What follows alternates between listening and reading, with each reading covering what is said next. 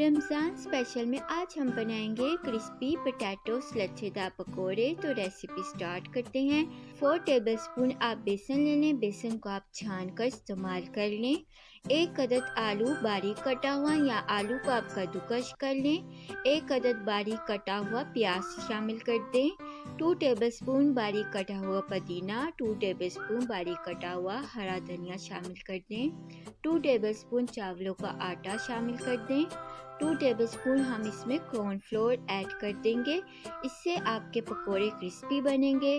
और बारीक कटी हुई हरी मिर्चें 4 अदद शामिल कर दें। हाफ टी स्पून आप इसमें हल्दी शामिल कर दें।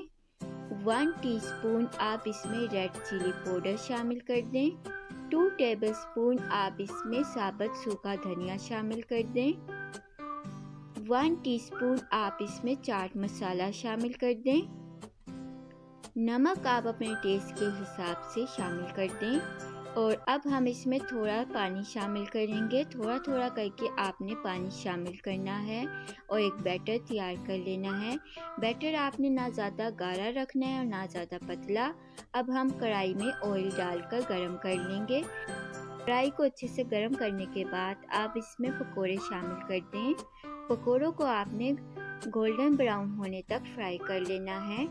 पकोड़े रेडी हैं। अब हम इसको पुदीने की चटनी के साथ सर्व करेंगे। बहुत ही मज़ेदार क्रिस्पी पोटैटो लच्छेदार पकोड़े रेडी हैं। मेरे चैनल को सब्सक्राइब कर दें।